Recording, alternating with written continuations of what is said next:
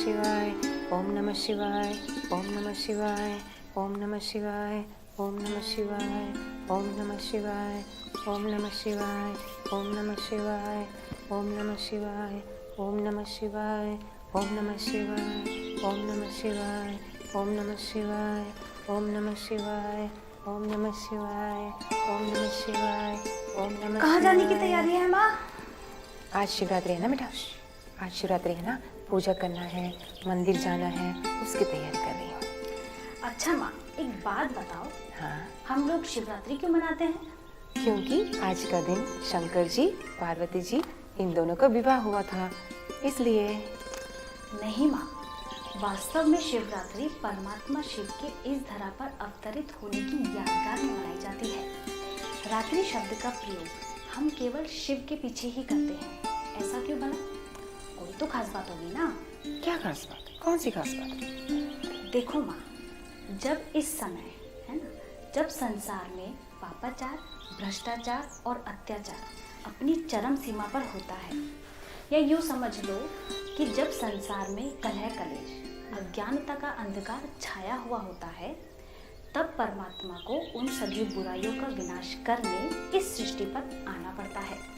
बस उसी की यादगार में शिवरात्रि मनाई जाती है। अच्छा माँ, एक बात बताओ, हम लोग शिवलिंग पर अक्का फूल, धतूरा, बेलपत्र, बेर आदि सब क्यों चढ़ाते हैं? मुझे नहीं पता, मना नहीं करती थी, सभी करते हैं। देखो माँ, अक्का फूल जिसमें कोई भी सुगंध नहीं है, धतूरा जो कड़वा होता है, बस इन्हीं सब चीज़ों को हमें परमात्मा शिव पर चढ़ाना होता है। इसका अर्थ ये भी है, दूसरों के प्रति कोई भी कड़वाहट, मन में किसी के प्रति कोई हीन भावना, इन सभी चीज़ों को, इन सभी कड़वाहट को हमें परमात्मा शिव पर अर्पण करना होता है। अच्छा माँ, अब एक बात बताओ, हम लोग शिवलिंग पर बेर चढ़ाते हैं क्यों? बेर चढ़ाना अर्थात किसी के प्रति मन में कैसा भी कोई भी बैर नहीं, बस यही सब हमें शिवलिंग पर चढ़ाना होता है। इसी की स्मृति में हम लोग अक, धतूरा, बेर आदि सब चढ़ाते हैं। अच्छा, इसलिए हम शिव शंकर के ऊपर धतूरे और अक का फूल चढ़ाते हैं? नहीं माँ, शंकर पर नहीं, शिव पर। शंकर कहो, शिव कहो, बात तो एक ही है ना बेटा? नहीं माँ, शिव और शंकर ये दोनों अलग अलग हैं। आप थोड़ा सोचो, जब दोनों के नाम अलग अलग हैं, दोनों की आकृतियाँ अलग अलग हैं, तो भला ये दोनों एक कैसे हुए? तो ये कंफ्यूजन हुआ कैसे? देखो माँ, अपने देश में एक प्रथा है, बाप और बेटे का नाम इकट्ठा कर देते हैं। हाँ, जैसे मोहनदास करमचंद गांधी, बाप और बेटे का नाम इकट्ठा है। उसी प्रकार परमात्मा निराकार शिव और आकारी शंकर जो शिव की रचना है, इन दोनों का ही नाम इकट्ठा कर दिया है।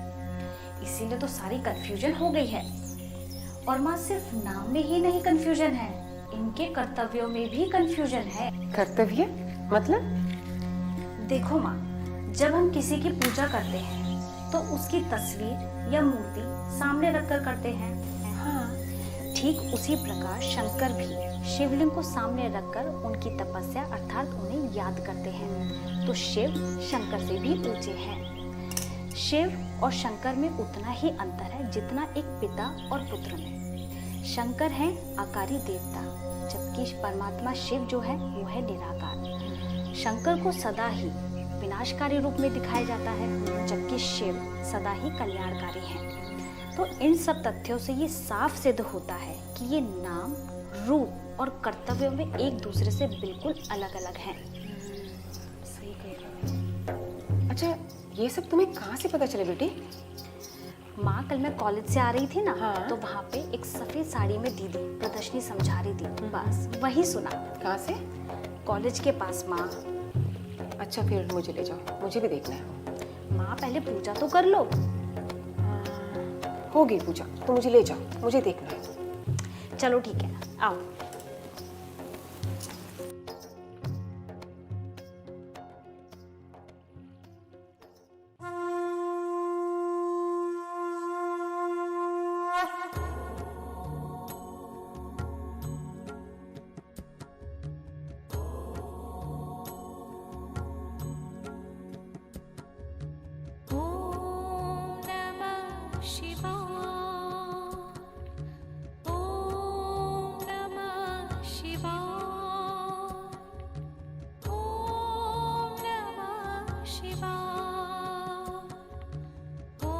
नमस्ते भैया। ओम शांति।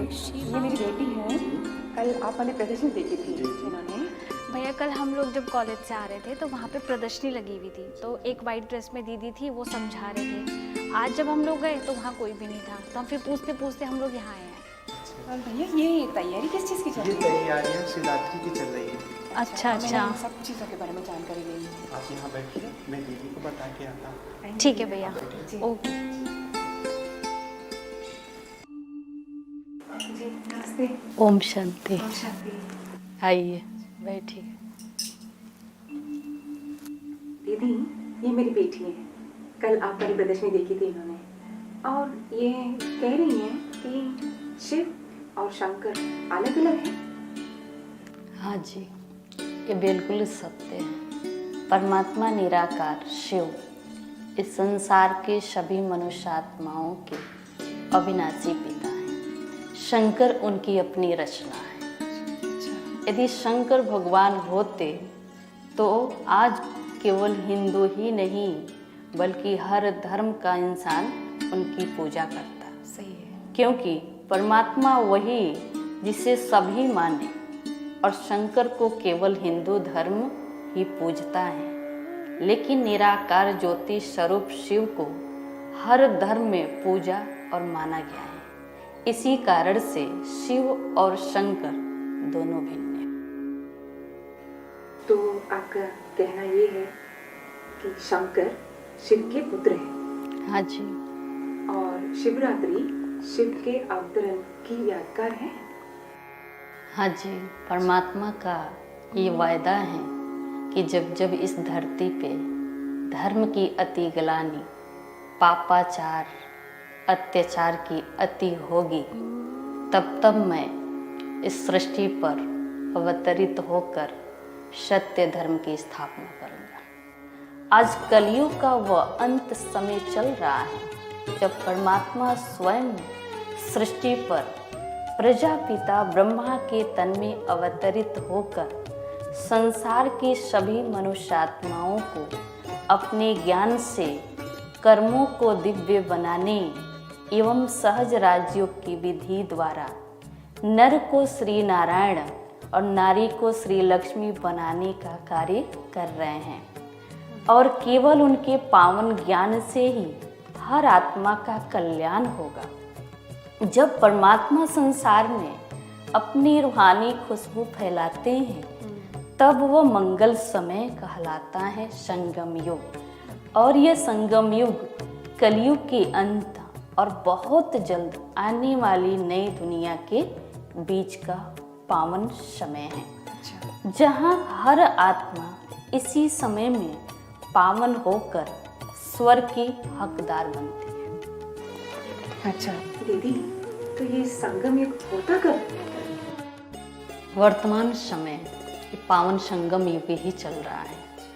निराकार परमात्मा शिव प्रजापिता ब्रह्मा बाबा के तन में प्रवेश करके इस धरती पे सत्य धर्म की स्थापना कर रहे हैं।